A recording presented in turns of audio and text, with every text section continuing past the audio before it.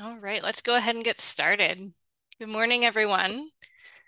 Thank you for joining our community-led air quality projects webinar.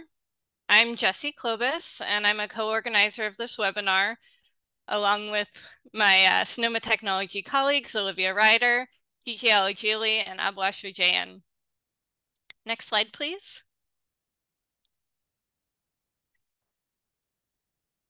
We're starting this ongoing webinar to provide a forum to learn and share about air quality projects performed by the community, as well as associated topics, such as partnerships, funding, and monitoring techniques.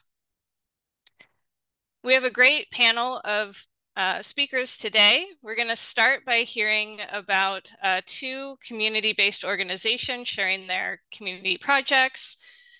Next, we'll learn about low-cost air quality metals monitoring from UC Davis.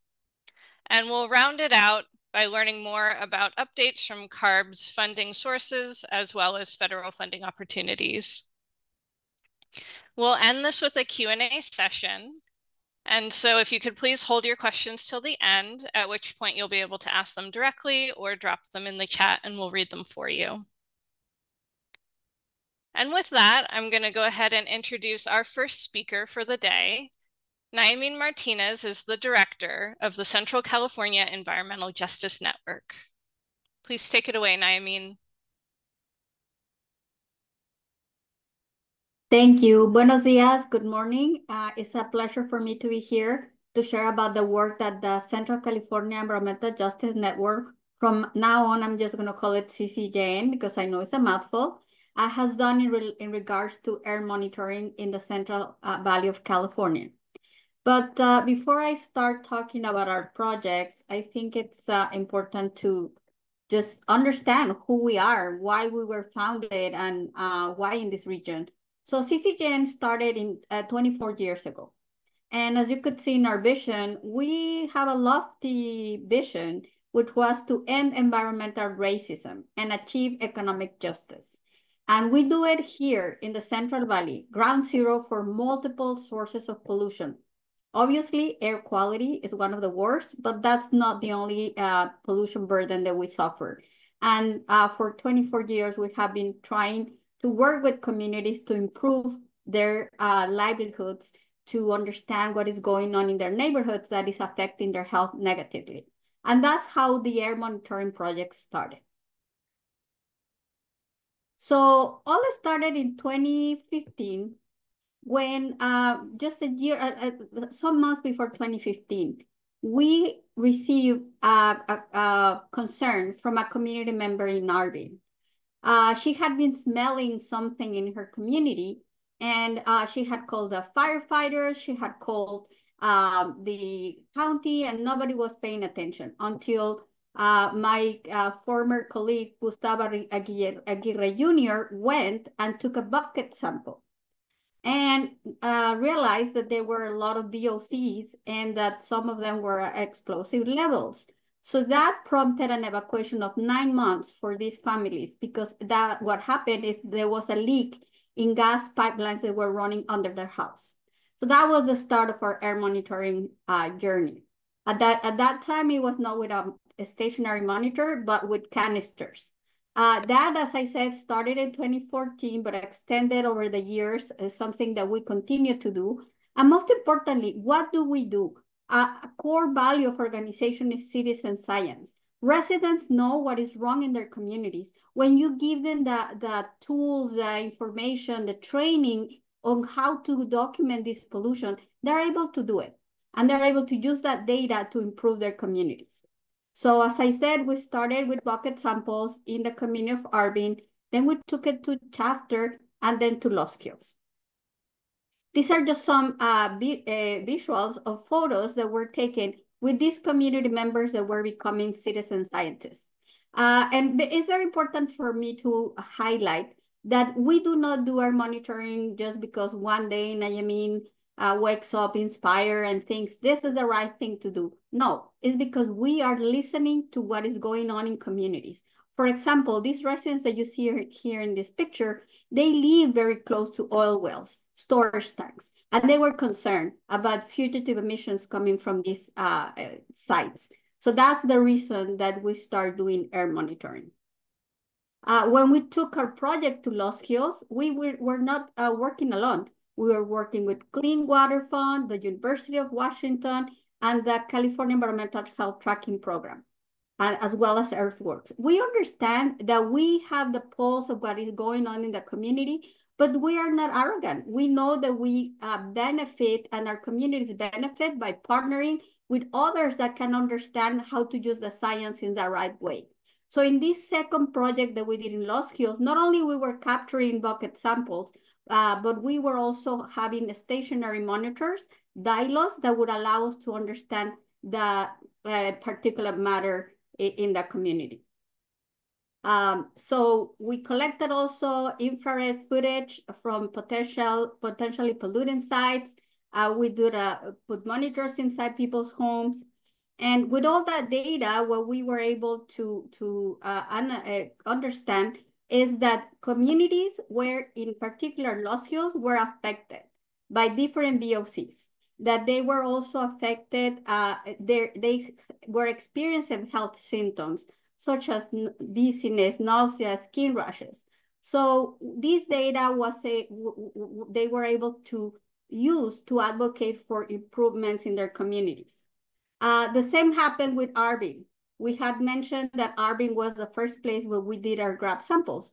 So a couple of years later, when there was a funding opportunity, we launched Arvin Air Quality in partnership with Blue Tomorrow. And this a particular community monitor network we have monitors placed near oil fields, near storage tanks, near agricultural pollutants, and also where there's a lot of concentration of diesel emissions in this small community of Arvin. And what is more important, I didn't want to bother you with all these details of all the data that was collected over 3 years. But the most important thing is that this data was used by the residents in Arvin as a tool to advocate for it before their city council, and they approved the first 300-foot setback between new oil wells and their homes and their schools. So this was the precedent of what happened later on at the state level for a buffer zone between oil fields and sensitive locations.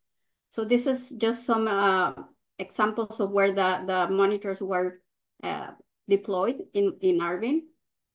The different readings that we were able to capture, PM, VOCs, and ozone. And talking about ozone, over the years, we realized that the only ozone monitors that were available were those that were regulatory monitors. You can see in this map, the stars are the regulatory monitors across the Central Valley. As you could see, there's a huge gap on the western part of the Central Valley. There were no monitors measuring the ozone levels in the rural communities. So thanks to a grant from the California Air Resources Board, and I know my dear friend Melinda will be explaining more about those funding opportunities later on, but thanks to a grant of that kind, we were able to deploy low-cost ozone sensors in the western part of the Central Valley. So as you could see in this slide, we have the stars are the blue, the regulatory monitors. The circles in orange are the low-cost ozone sensors that we were able to deploy in communities that we suspected were experiencing high levels of ozone due to the activity that was located next to them, like dairies, like they were very close to the highway, they were close to a landfill, they were close to many other sources where we believe could have been causing high levels of ozone. These are our monitors that were calibrated next to the CARB regulatory monitors. Our senior air monitoring specialist, Ruben, is in that picture. So again, citizen science filling in the gaps of what regulatory monitors were not covering. So these are the readings of the monitors that we deployed last year in the summer of 2023. This was in the month of July. And in general, I don't have a lot of time left, but I just want to say that community monitoring is an important way of understanding localized air quality that could help them inform emission reduction strategies for regulatory agencies. But it's also an opportunity for community members, for residents to understand how can they protect themselves.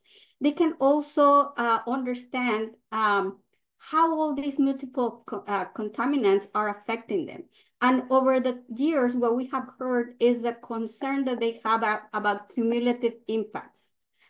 So I will stop there because it's time for Mona to start, but I will just say that a challenge that we have heard and that we have passed on to regulatory agencies and scientists that have been our partners in these efforts are that people want to know not only isolated numbers of only ozone or only PM, but all together. These people in the Central Valley are breathing pesticides, are breathing ozone, are breathing PMs, all that at the same time. How is that impacting their health? That continues to be the challenge for everybody that is interested in going deeper into these air monitoring projects. Thank you very much. Thank you so much, Naimeen. And I see we have a hand up. We are going to have a Q&A at the end. So if you could save your questions till then, I'd be happy to call on you and unmute you at that time. Our next speaker is Mona Cummings. She's the CEO of Tree Fresno, sharing her community-led air quality projects. Hello, everyone, and thank you for the opportunity to present today. I think it was great that we started out with Naimeen Martinez of CCEJN, as their organization is a solid partner of Tree Fresno. And I'm really inspired by their work with community outreach, which, as Naimeen mentioned, people want to know what's going on. They want to know how to change it. And I would say that our piece in that at Tree Fresno is that we get people actively involved, like physically involved in the process of planting trees throughout the valley. So let me see, I'm going to try to advance here.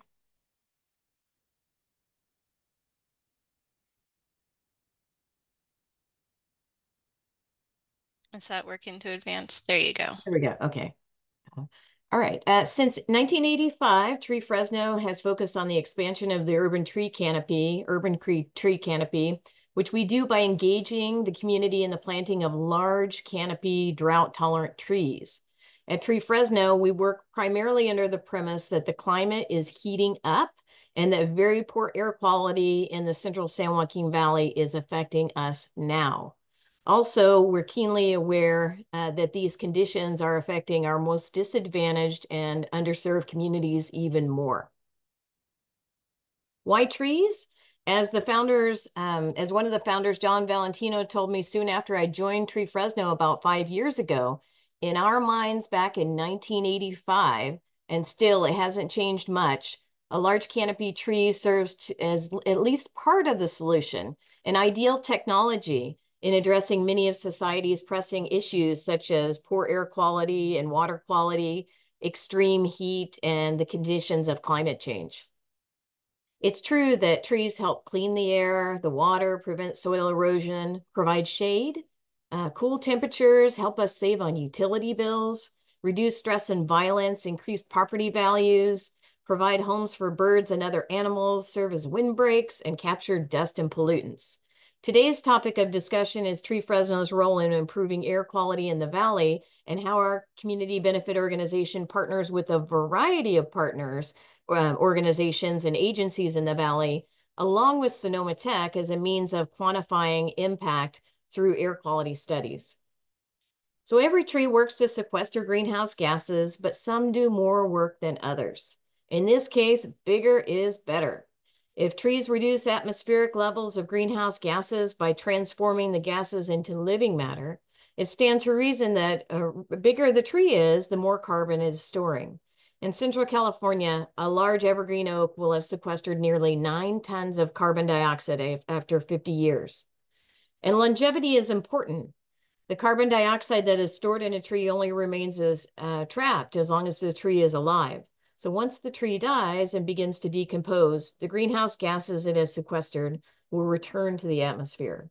Trees that live longer, therefore, do more to contribute positively to our environment than shorter-lived trees.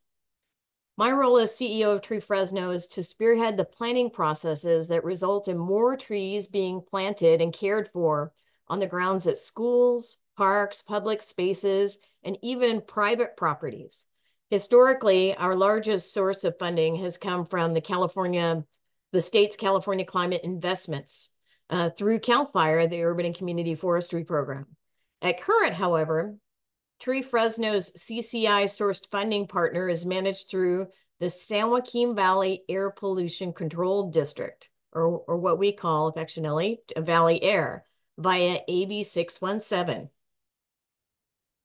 A little about AB 617 and our current projects. The primary goal of AB 617 is to lessen the unequal burden of air pollution in communities across the state by partnering with locals to develop policies to clean up and prevent bad air. Early last year, Valley Air awarded Tree Fresno $2 million to be split between two programs targeted at South Central Fresno. One focused on urban greening and the other on the planting of vegetative barriers. The urban greening program includes this resident planting program called Adopt a Tree. And I should note that the Adopt a Tree is run by the urban greening coordinator with CCEJN. So Tree Fresno and CCEJN work together to get more large canopy trees planted on private properties in South Central Fresno.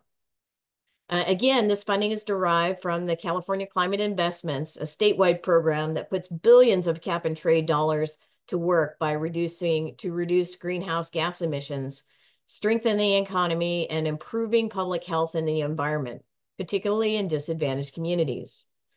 Ultimately, in all of our tree planting, Tree Fresno relies on its planting partners in expanding the urban tree canopy, which includes cities, counties, public agencies, nonprofits and CBOs, private industry. Therefore, we actively partner and partner more in the interest of planting more trees. This is a slide of some of our local funding partners. So not only do we receive state grants when we're awarded those, we also seek local funding. And that allows us a little bit more flexibility beyond the limitations of our grants, which is actually becoming increasingly more important as there's lots of regulation around those grants. Now let's touch on our supplemental environmental project with CARB. This is one of our favorite programs. We call it Fresno Trees. And we've been working on this project about the last 5 or 6 years. This project showcases our partnership with Sonoma Technology.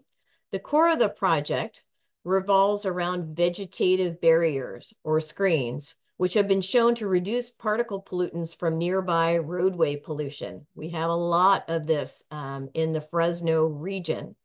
We have a lot of highways running through. We have a lot of fulfillment centers. We have a lot of activity, transportation, especially large diesel trucks. Trees essentially absorb particle pollutants, removing harmful toxins from the air, versus, say, a brick wall, which plays no part in absorption. Fresno Trees assigns Tree Fresno the role of planning for the planting of a row of often evergreen trees and shrubs. So they all grow into each other.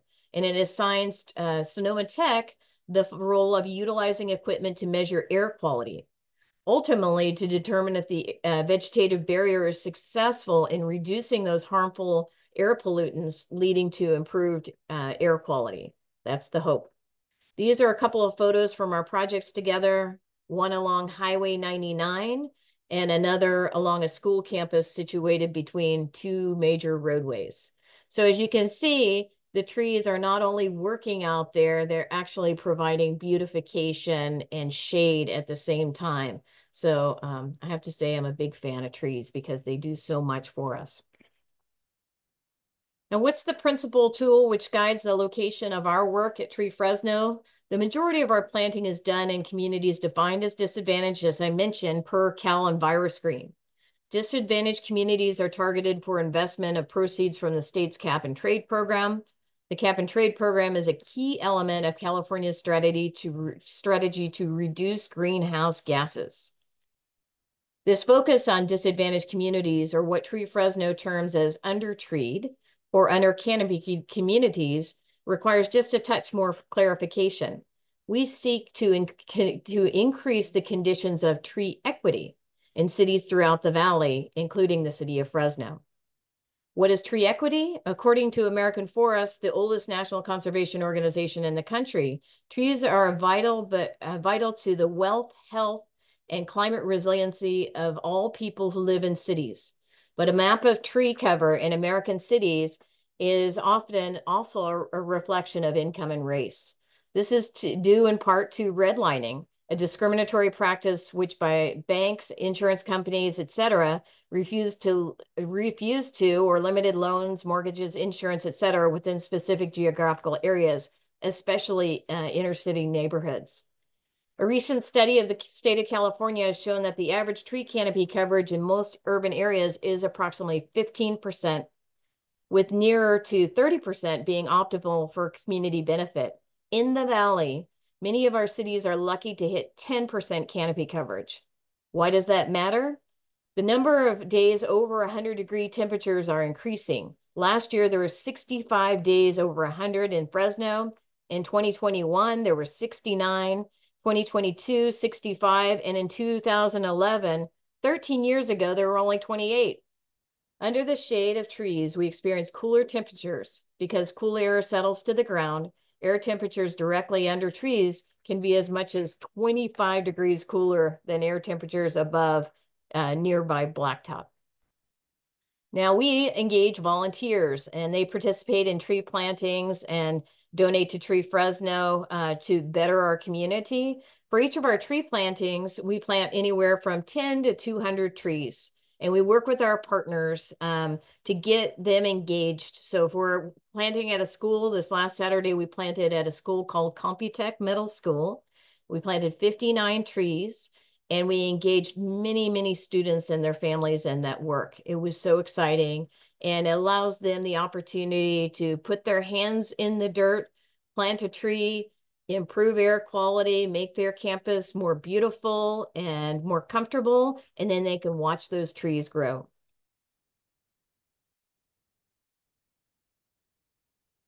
We also take a role in supporting policies that favor trees, like the ordinance, which was passed unanimously by the city of Fresno a couple of years ago. During 2022, Fresno planted 1,500 trees with 866 originating from Tree Fresno. And again, that's what we utilize our funding through California Climate Investments, depending on which grant is received, is to be able to help cities to reach their goals in terms of tree plantings, among other projects. So there we go. There's our 1,000 trees a year. A program that Tree Fresno runs, we decided a few years ago that we needed to actually incorporate a workforce development program, an opportunity to teach our community or engage community members in the work, especially from our most disadvantaged communities, into being aware of the tree-related jobs which exist. So as most of us on this call are aware, you can be a certified arborist, you can work with a landscape contractor, you can go and work with a city, working with parks or irrigation, etc. So there are many, many jobs related to tree care and maintenance over the long run, as well as planting. We also work closely with utility companies that employ utility arborists, so vegetation management. So we started the Green Team Youth Ambassador Program in partnership with the Fresno Metropolitan Black Chamber of Commerce. We've had 3 cohorts. It's an 8-month program. And we've actually incorporated an interesting piece of that with Sonoma Technology's Kids Making Sense program. So it empowers our participants to understand more about air quality, what's going on, what's in the air, what are the things we can't see, why are we affected in the ways that we are in our health and our longevity. And it empowers us to to make better decisions about how we're going to make a plan of action to improve conditions of tree equity throughout the Valley neighborhoods. And here's our Green Team Ambassador program at work. And on that note, I'm going to wrap up, and thank you so much for taking the time to hear about Tree Fresno. Thank you so much, Mona. Our next speaker is Dr. Claire Cannon, Associate Professor at UC Davis. Take it away, Claire. Thanks, and thanks for those wonderful presentations. I learned a lot from both of them, and so we're offering kind of a complementary approach in a lot of ways. And so this project is funded by the UC Office of the President, and we're working with folks from across the state to deploy this new air quality monitoring instrument across the state in frontline and fence-line communities, which I'll talk about. Can you go to the next slide, please? So this is our team. We're working in Southern California as well as in Northern California with professors Mike Mendez and Camila Alvarez in Southern California, and then Tony Wexler and myself here at UC Davis across the the Bay Area in the Sacramento region. Next slide. And then this is my grad student team. So we have a number of graduate students and undergraduate students working on this community engaged research project to really teach them kind of the fundamentals, principles, and how to do community engaged research, along with taking air quality measurements and working with communities to enhance and extend advocacy and policy changes to better protect frontline and fence-line communities. Next slide, please. So as you know, this group is very familiar with, right? We have hazardous air pollutants, and these come in metallic compounds and volatile organic compounds. And we'll focus on metallic compounds because this is what our instrument does, is it can identify and quantify the toxic metallic compounds in particulate matter, and so you can just kind of see here what some of those are in terms of the US EPA metal hazardous air pollutants and other toxic metals, and then you can see some of other research has tied to adverse health outcomes such as respiratory irritation, liver damage, cancer, asthma, etc. And so this is both an environmental justice concern. It's also a public health concern. Next slide, please. So as I mentioned, one of the things that has been really wonderful about getting the opportunity to work on this project is that we get to work in Los Angeles, San Diego, as well as in the Bay Area, Sacramento, and we're not just focusing on Northern California because we have these UC partners in Southern California. And so we work with a variety of community-based organizations across these different areas to really put this instrument into the hands of community members so that we can figure out what's in the air, so that then we can work with the regional air quality management districts and the Air Resources Board to kind of identify sources and come up with any kind of remediation or different kinds of action and advocacy based on this work. Next slide, please. So I'm going to talk specifically about the areas that I'm working in, just to give you a sense of the breadth of the community-based organizations that we're working with. Professor Alvarez is working with Veterans for Peace in San Diego. Professor Mendez is working with an educational nonprofit, ABC, in Los Angeles. I'm working with 3 different organizations, RISE, South City in San Bruno, the California Citizen Air Monitoring Network in Vallejo, and then United Latinos in South Sacramento. And so I really appreciated that Mona kind of gave an introduction to Cal EnviroScreen. So these are just snapshots of Cal EnviroScreen for each of the 3 locations in Northern California that we're working in. And you can see, right, the higher environmental burdens and social disadvantage that these communities are experiencing. And then you can also see the areas nearby that don't, right? So that's part of what we mean by frontline and fence line communities. Next slide, please. Yeah, so as I mentioned, we're partnering with these 3 different groups in these 3 different areas, which has been really fantastic collaboration. Everything from kind of problem identification to working with residents, meeting residents. And then we're at the beginning of this research. And so we'll partner with them in terms of data analysis, report back. And then we've also been reaching out to the local air quality management districts, which all of these groups have their own relationships with, but to also work with them on what we find, to think about what some kind of solutions might be. Next slide, please. So this is the instrument that we're using. It's a low-cost, real-time analysis instrument. It's about 15 minutes that we get real time, and it costs right now, I think the latest, because Professor Wexler is the he's our engineer, and many of you probably know him, built and designed this instrument. And so I think the cost right now is about $3,000, and they're trying to get it down, right? As engineers, there's Charter 2.0 that they're working on, get it smaller, get it cheaper. It's not commercially available. But you can see it's about 40 pounds. It sits in this enclosure, the top picture, the different elements, and then the bottom picture is the enclosure that it sits in. And the next version they're working on is about half the size and not quite half the cost, but even cheaper.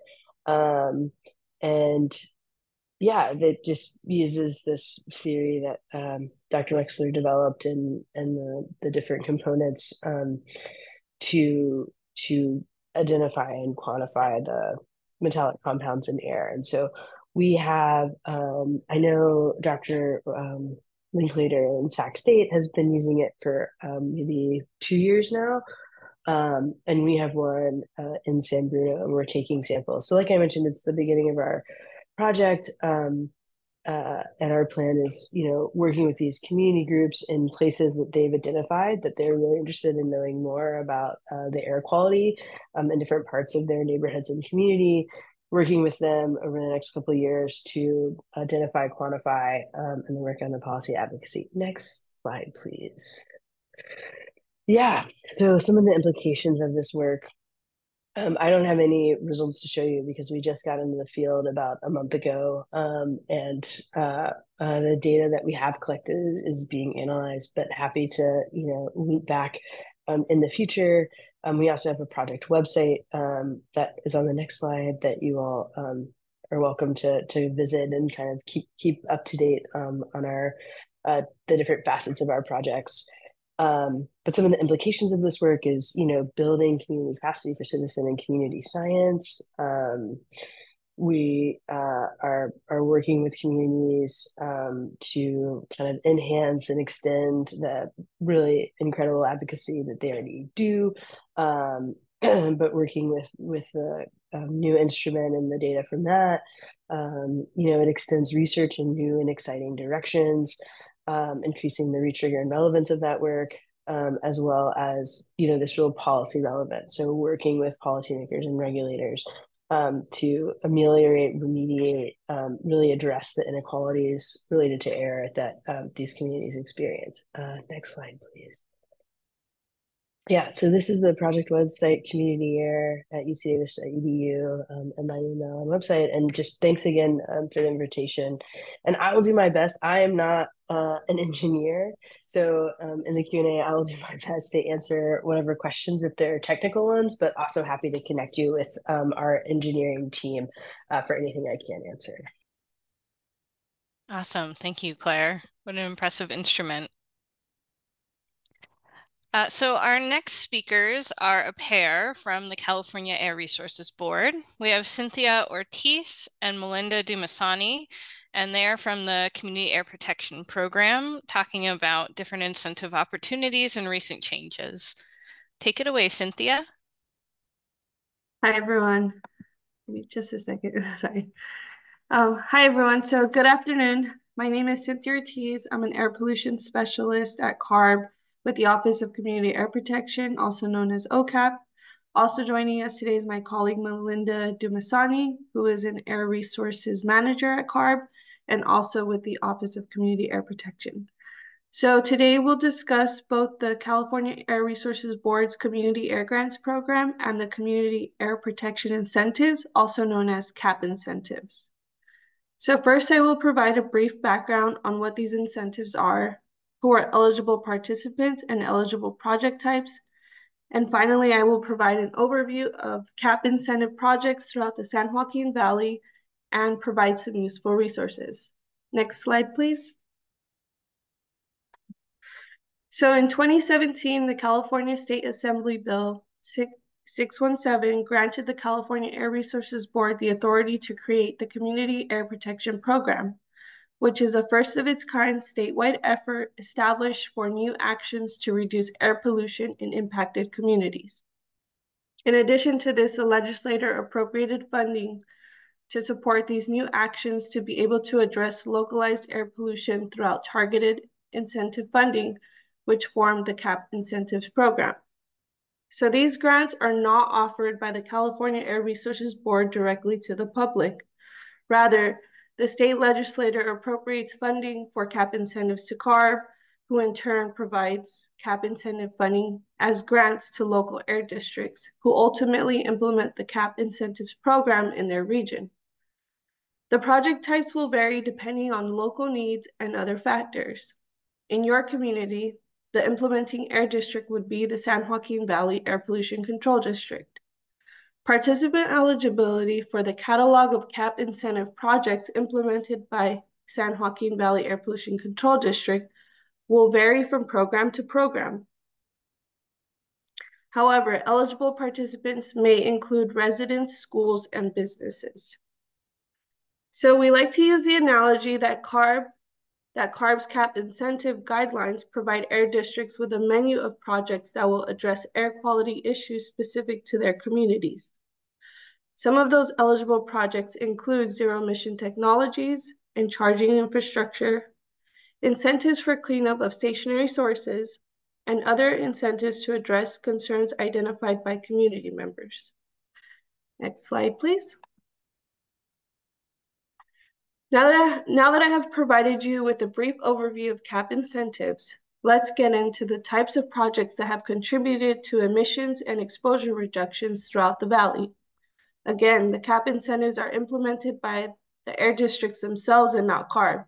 Therefore, we encourage you to reach out to San Joaquin Valley Air Pollution Control District to learn more about the projects. That said, here are some programs implemented by SJV.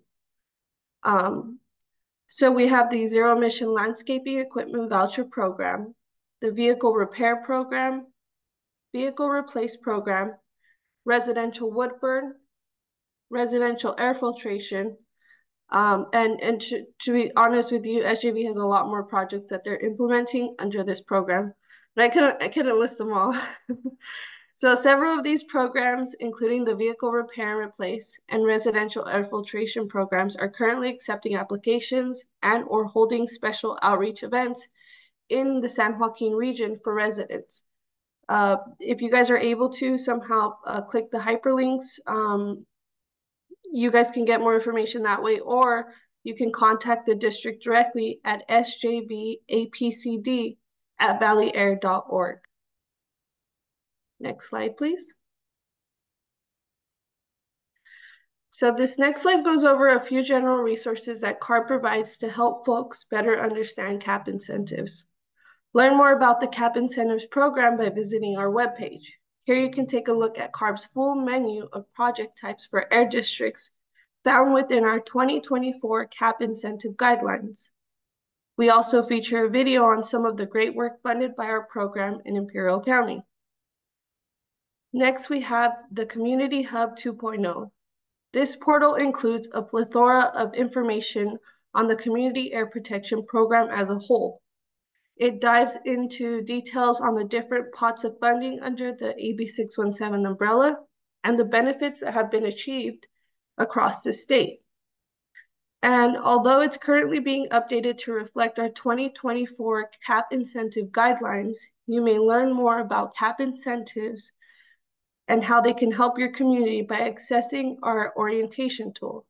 In this orientation, you'll learn what CAP incentives are, how they fit in the broader community air protection program, who is eligible to apply for these incentives, and what types of emissions or exposure reduction projects the air districts can fund. Finally, if you'd like to reach the CAP incentives team at CARB, please email ab617incentives@arb.ca.gov, and one of our team members will be happy to assist you with any questions you may have. And finally, don't forget to sign up for our mailing list to stay up to date on the CAP incentives program.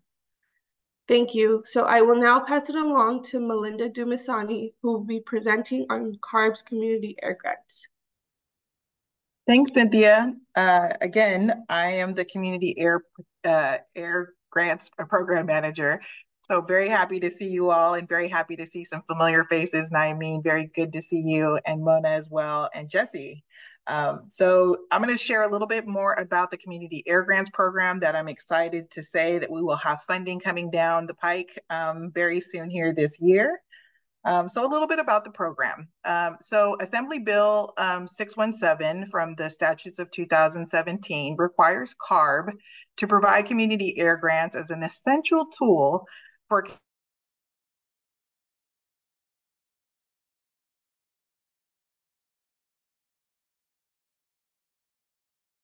process includes local air quality education, monitoring, planning, and prioritization. These grants are intended to help build community capacity to identify, evaluate, and ultimately reduce air pollution and exposure to harmful pollution in communities heavily impacted by air pollution. These funds must be used in a way to provide direct benefit to priority populations and be wholly located in disadvantaged or low-income communities per Senate Bill 535 and Assembly Bill 1550, which includes tribal lands. So to date, about 69 community-based organizations and about 8 California Native American tribes have benefited from these California Air Grant funds. And CARB has awarded a collective total of $35 million to 135 innovative community air grant projects across the state. Next slide, please. Next slide, please. Thank you. So, CARB has the discretion to tailor our request for applications to support the participation of community in the community air protection process. One new pathway that we're highlighting in the next cycle of community air grants is a project type that allows for grantees to develop their own local community emission reduction plans, or what we call LSERPs.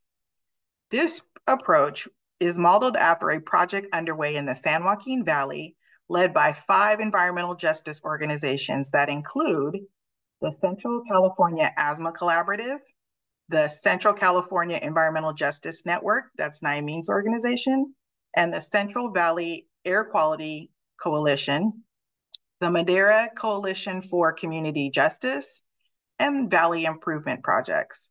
The grant focuses on helping community members understand the various emission reduction strategy currently available in CARB-approved community emission reduction projects developed by communities in the San Joaquin Valley. And we're pleased to share that 8 newly awarded LSERP projects will be starting up this year. Next slide, please. So we have 3 main project types that we award in this program, and I've already touched on one. And I'll kind of go through all 3 tracks. The first track is our traditional type of project, which includes technical projects. We see monitoring projects, data collection, and data analysis projects in this bin of projects. Some examples of these project types include deployment of low-cost monitoring, up to higher grade monitors, which CBOs and tribes purchase, deploy, and maintain. And Naimeen touched on the example in CCEJN's project earlier in the seminar. We also offer technical assistance for these projects and have assisted in presentations to communities with project partners. So the maximum per project for our technical project has increased and will be $500,000 in the next cycle. Previously, the maximum per project was $300,000, so we're excited about that. The second track of project types where we receive the most applications are educational grants. And the purpose of these grants is to bring awareness, build capacity, and educate stakeholders in participating in the program about local air quality problems and available resources to protect public health. And the maximum per project for this project type will increase in the next cycle as well, from $100,000 to $300,000. The last track is what I touched on earlier. That is the targeted project type, and that includes the LSERP project that we touched on. And the LSERP is a culmination of different projects. It can be educational, monitoring, emission reduction projects, and partnerships that allows them to push that allows guarantees to push the envelope a little bit further. So we encourage grantees to look into this new innovative project types. Emission reduction strategy expansion project types, it's a mouthful, but our ERSEs are another type of targeted project type that allows for the demonstration of successful project strategies to be scaled up in different geographic areas across the state. So the ERSEs and LSERP project types are in that targeted project type bin. And next slide, please. So later this year, we're excited to share that we will build a public process to refine the next cycle, or what we will call round 5 of our community air grants process. So our request for applications, what we commonly refer to as our RFA, will be, we anticipate to be put out later this summer, fall. And basically the RFA is our official notice to let eligible 501c3 nonprofit organizations and California Native American tribal governments know that we have available competitive air quality projects that align to our program goals. So the RFA will specify our program guidelines as to what CARB is looking for in a competitive project, and will also outline the criteria used to assess each proposal we receive. We will also be hosting 2 public workshops to learn from projects engaging in this new project type, continue to improve this implementation approach, and develop additional requirements for the LSERPs in early summer of this year. We will also be having meetings and focused discussions with key stakeholders to get input on elements of the LSERPs with air districts and other organizations and local government agencies that have been involved in this project type. So after the RFA is released later this summer, we will also be hosting 2 pre-application assistance public workshops. And we strongly encourage those interested in our program to start thinking about those type of project proposals now. So we're excited to share that we will be hosting a convening, first of its kind, Cycle 4 LSERP convening later this summer or possibly fall to highlight promising practice we've learned since the program's inception, and to promote connections with interested partners and community air protection stakeholders like air districts, local government, academia, industry, and business to come together. So that's, I'll go ahead and end there and just say thank you. And we'll look forward to questions a little bit later on. Thank you so much, Melinda and Cynthia. That was a really exciting update and very timely. We're going to wrap up our presentation and then we'll go to our Q&A. So our next speaker is Hillary Hafner, the COO of Sonoma Technology. Thanks, Jesse. Hello, everybody. Thanks for joining. I have the hard act of following these really great examples of projects that are ongoing in the community, and then hearing about all the great funding opportunities from CARB for the California project. So it's just amazing how much money is being spent, and hopefully lots of great outcomes are coming as well. Go to the next slide. I was asked to cover a couple of federal opportunities through EPA. And the first one is called the Community Change Grants. And there's two tracks here. And one of the tracks is for very large projects, 10 to 20 million per project, focused on air pollution reductions. So you can look at indoor air quality, outdoor air quality, community health, or some combination. And then climate action. So with the idea of what kind of changes can be made in transportation, green infrastructure, efficient and resilient housing, and then also resilience of the and workforce development, all of which are really important aspects of getting everybody mobilized to clean up the air. Track 2 are smaller projects, 1 to 3 million, still substantial amount of funding. And these are looking at engagement for equitable governance. So education and training, creation of environmental advisory boards, working on collaborative governance activities, and then participation in government funding and budgeting. So lots of opportunities through EPA here. So next slide. Oops, do we go back one? I think kind of said all the same. Oh, yes, here we go. So funding is, like I mentioned, quite significant, up to $2 billion, which in those of us have been around in a long time in the air pollution industry, 2 million used to be a lot. So adding a B in here was very, very eye-opening. The eligibility includes CBOs, tribes, university, local governments, all of which need to be led by a CBO. But you can also include other collaborators. You have to meet certain requirements for competing for those roles. But this is again, a community-based program. The deadline is November 21st this year, and you can apply. It's sort of a rolling. You can apply at any time before that as well. Next slide, please. The other program that US EPA runs, and this is an annual, mostly annual, I think it's annual, Science to Achieve Results program, or the STAR grants. I've actually had the opportunity to work on one with South Coast Air Quality Management District, and it was just one of my favorite things that I've got to do in my career, actually working on a guidebook for using low-cost sensors. So I feel pretty passionate about this one. The focus is this year is on tools to characterize community exposure to air pollution, and also the communication of air quality information to community members and decision makers to help support action. Really important things like, we can do all these measurements and do data analysis, but if we're not able to communicate the information into actionable items and engage the community, we're not doing everything we can or that we should. So this is a really interesting program that EPA is putting forth. And next slide, please.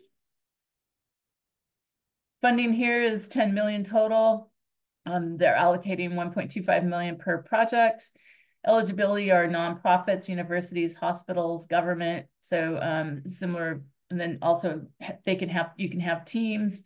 And the deadline is coming up, June 26, 2024. Highly recommend looking into this and future STAR grant opportunities, because the work is always very inclusive of a broad range of people. All the teams that I've seen tend to have kind of cover all 4 of those areas. So anyway, it's a really good one to look into. And I believe that's the last slide for me. Yes, I think that is. Thank you. Wonderful.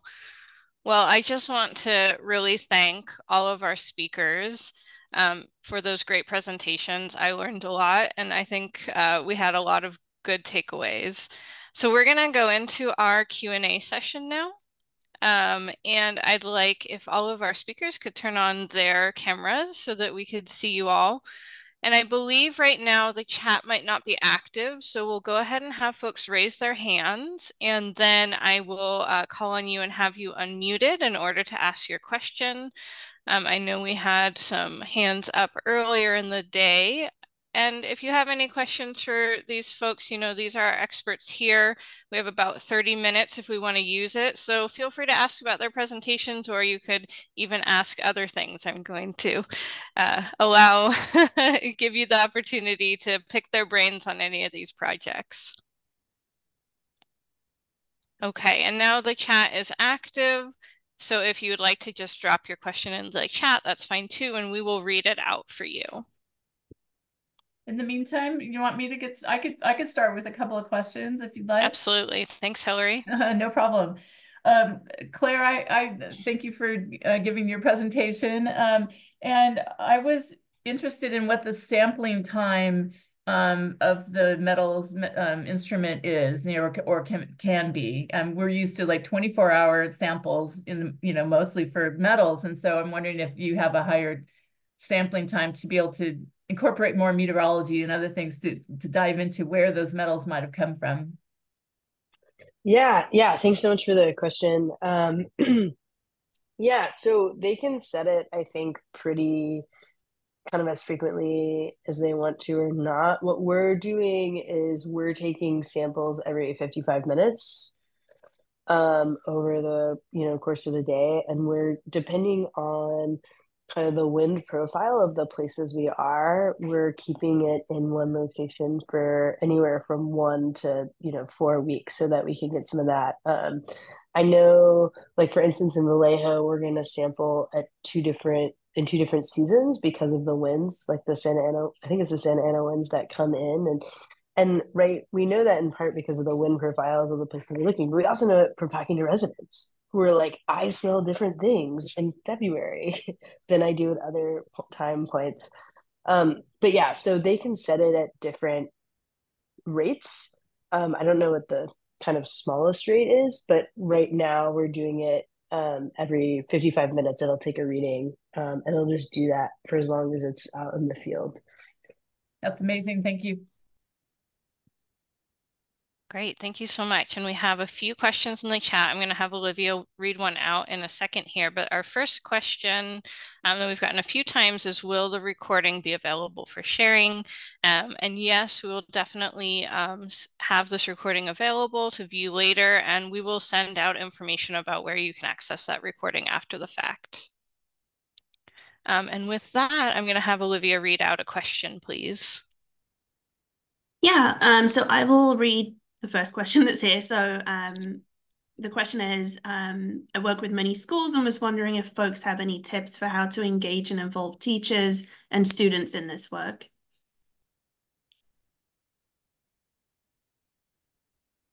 So I'm not sure, Naomi or Mona, maybe you would. Yeah, I can share. So I think that we have experience working with students, especially high school students. So that's part of what we have done. We have two curriculums. One is environmental justice and climate change curriculum, and then we recently, through our CARB grant, developed also a curriculum on ozone. So we go, and the variety of teachers that we have worked with include environmental science teachers, AV teachers. So it depends who's really interested in getting the students engaged in learning more about their neighborhoods. And a lot of the curriculums that we develop are aligned with STEM. So we partner with an expert who knows how to develop those curriculums, aligning them with these objectives and learning things that the students need to achieve anyhow. So I think that when you come to the school and you present the information so that it's not something abstract, but something that can actually help them relate to what is going on in their neighborhoods. And very importantly, that they, at the end, are engaged in developing a solution. So that's something that we have in our two curriculums. So for example, we just recently had our environmental justice conference, and some of the students were co-presenting on the results of the BOSS, our ozone monitoring project. So I think that, to me, that's a way of making the learning experience more applicable, and that, you know, is something that they can use in their real lives. 6-0. That's great. I'm going to mention something with Tree Fresno.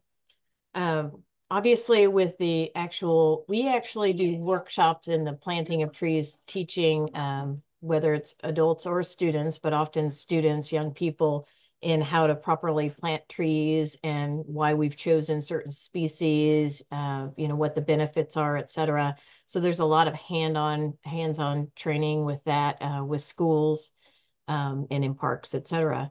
I will mention, because this is kind of new, is through our last CAL FIRE and Urban Community Forestry grant, we worked with Colleen Rabden, from Urban Ecos, to develop an online database. And so we'll be launching that soon. And it's an urban forest school library, which houses a curated collection of real world urban forestry resources suitable for science teachers, mainly in middle and high schools.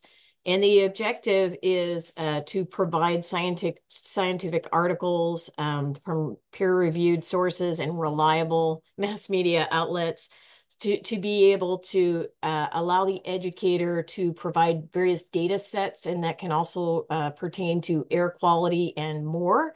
So that is going to be launched very soon. And I'll go ahead and put in that URL into the chat to make that available, because it's exciting and new, and it's based on feedback from teachers, understanding that they have many obligations. It needs to be set with the next generation science standards, et cetera. So we're excited about the potential to provide something useful for the classroom. Great, thank you so much. Can I add something to that too, Jesse? Absolutely. Awesome. We've been working here at Sonoma Technology on curriculum, you know, STEM curriculum for quite some time, geared for middle school and high school. And it's called Kids Making Sense. Just thought I'd give a plug for it too. You know, we've really, it's focused on air pollution, and we've really enjoyed, you know, going and giving the training to teachers and answering questions for students. It's been a really great program. Great, thank you so much, Hillary. And so go ahead. Go ahead. I was going to say the next question. Go ahead. Yep. So the next question is, I believe, to the COB speakers. Are the CAP incentives available for non-AB 617 communities affected by environmental pollution? Hi, I can answer that. So yes, they are available. It's CAP incentives. The CAP incentive programs is a statewide program, and one of our, I want to say, with the adoption of the Blueprint 2.0, it was really emphasized on expanding access to these different projects to support those consistently nominated communities and non-AB 617 communities. So definitely reach out to the local air district where you reside in to get more information on how they are attempting to implement that outside of the what we normally know as the selected communities. Great, thank you, Cynthia. And could you quickly define consistently nominated community? Yeah, so consistently nominated communities are those that have been attempting to get selected as AB 617 communities, but for whatever reason they were not able to at the time. We had limited capacity. Melinda, is there anything else you want to add? No, I think that definitely nails it. So if you want actually the bona fide definition that the state gives, we can also put that in the chat for you, so you have the exact wording of what the definitions are.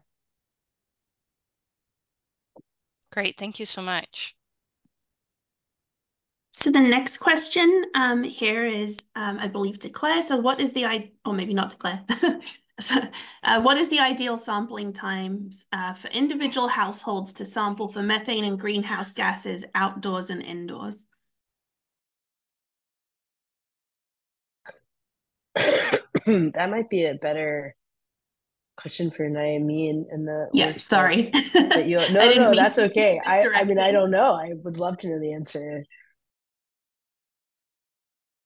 Well, it depends. What we have been measuring is VOCs, and what we have used for VOCs, it's the canisters or the bucket samples that I mentioned. So what they do is they collect, you know, you collect it, you send it to the lab, and it tells you what is the composition of the VOCs present in the house or whatever you're sampling. For methane, when you have VOCs, that's also an indicator of methane, but for methane, you need another type of monitoring. That has been a challenge for us.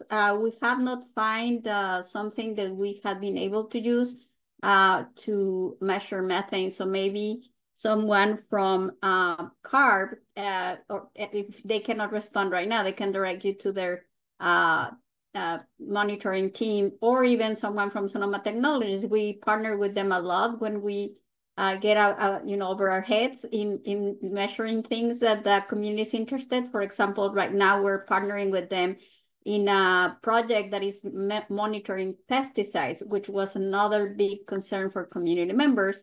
And that's a completely different methodology. You have to decide for which pesticide. So sadly, you don't have like one sensor that measures everything. It depends what you are trying to measure. The most available local sensors that you can find that are like, you know, you can buy is for PM. Propellers are one of the most popular ones, but depending when you say greenhouse gases, is which gas you're trying to measure in addition to methane. Great, and I'll just add from the Sonoma Tech side of things, it really depends on what your scientific question is, how long you're going to be monitoring for. For methane, as Naimeen indicated, there's not a lot of low-cost sensors that are very accurate right now. There are many, many ways that you can measure methane depending on what level you want to be at, but a lot of them are quite expensive at the current time. And so, you know, depending on what your question is, if you're looking for identifying sources, you typically need shorter time periods. But if you're more just trying to understand, you know, climate forcing or long-term trends, you can do longer sampling. So it would depend on your question, but if you have a concept you want to start getting going, we could definitely talk to you more about your specific needs and help you identify what monitoring technique might be best. We do that frequently. We have a couple more questions about funding. So the first one is, are the CARB funding opportunities only available for projects within California? Yes, so I put it also in the chat. Yes, the community air grant funding and the CAP incentive funding are only available to projects in California.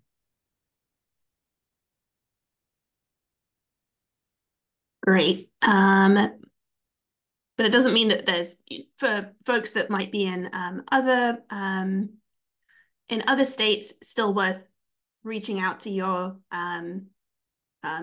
local air district or state level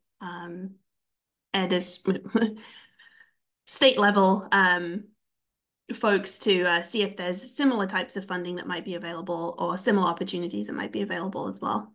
Air agency is what you were looking for. Yeah, sorry, thank you. It's all right. Thank you. Not thinking clearly today.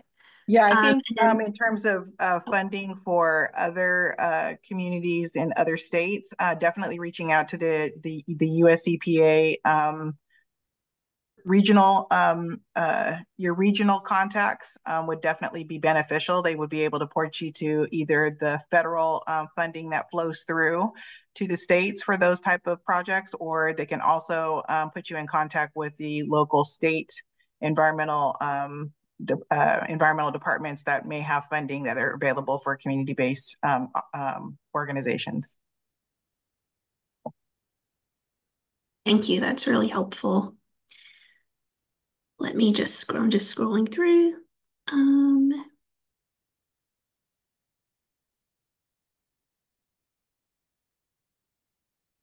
Okay, so let me go up to, this is a very specific sounding question, but maybe some people have some ideas. So are there funds for deploying live, quote unquote, wide area monitoring pilots around affected communities living around landfills and sewage treatment plants? For example, as large as 5 miles by 5 miles with thousands of individual sensors in the monitoring grid.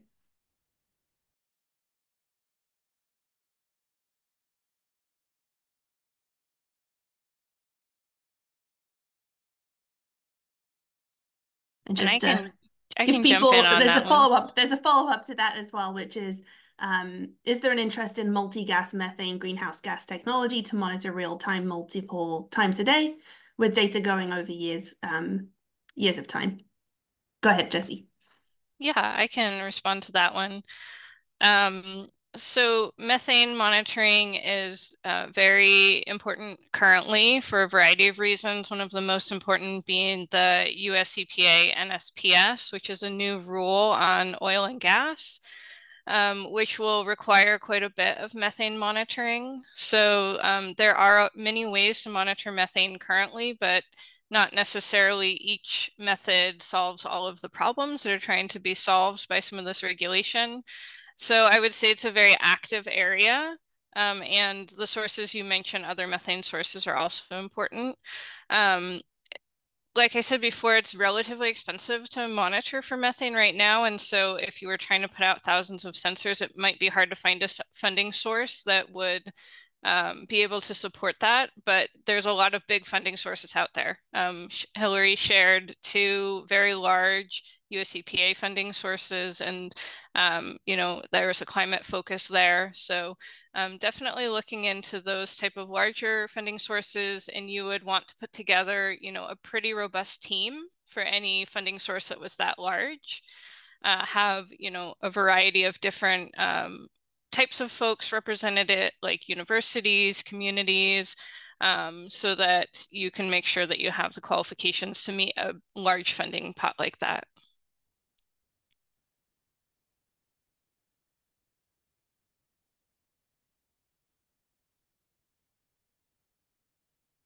All right. Were there any other questions in the chat, Olivia? No, I think that has summarized all of them. Okay, great. So I do have a question for CARB. And I was wondering, with your CAP incentives guidelines updates, could you describe a little bit more about the new types of sources that are kind of the focus of those updates? Hi, yeah, I can do that.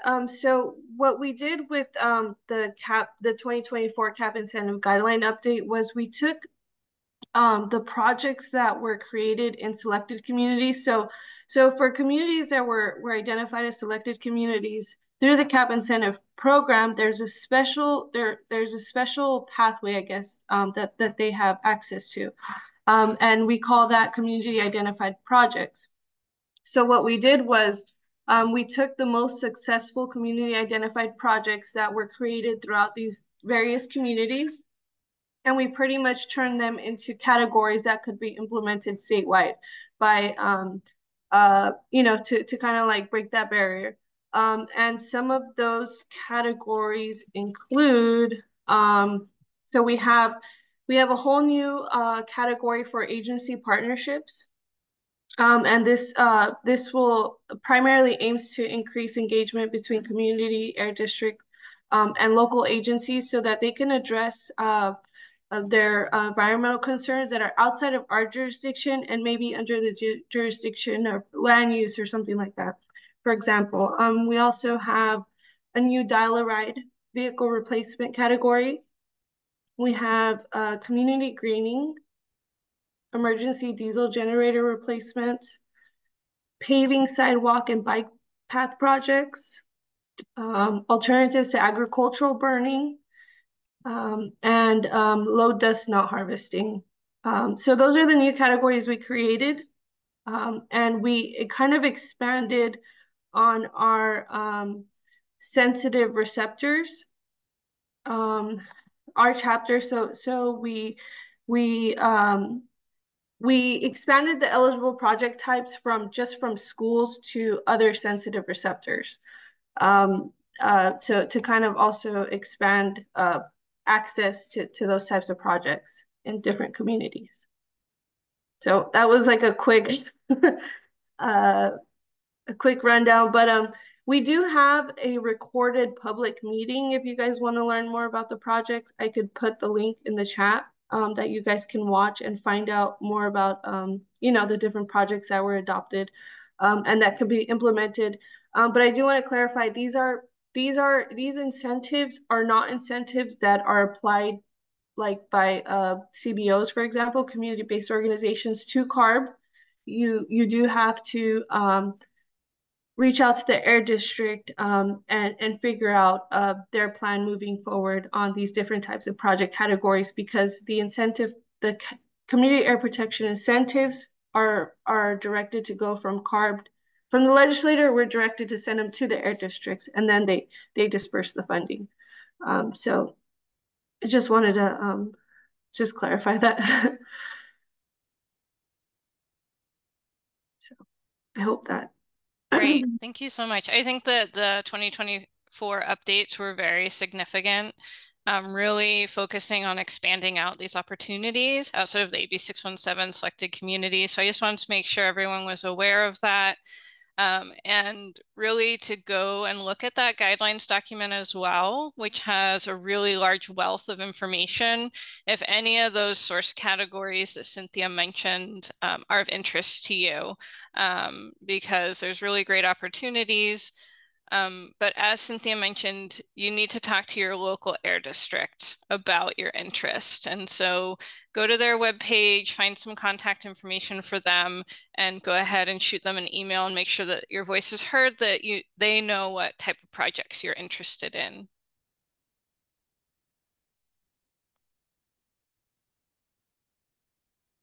Alrighty. So I also want to mention that I did drop my email in the chat so that you can contact me if you have any follow-up questions or concerns. We're going to send along a link to this recording as well as additional contact information. So you can definitely send us additional questions and we can forward them on to our speakers if you'd like. But with that, do we have any more questions in the chat? No other questions that haven't been addressed. Great. Alrighty, well, we will wrap up there, and I want to just again thank you so much to our speakers for the great information today, and thanks everyone for joining.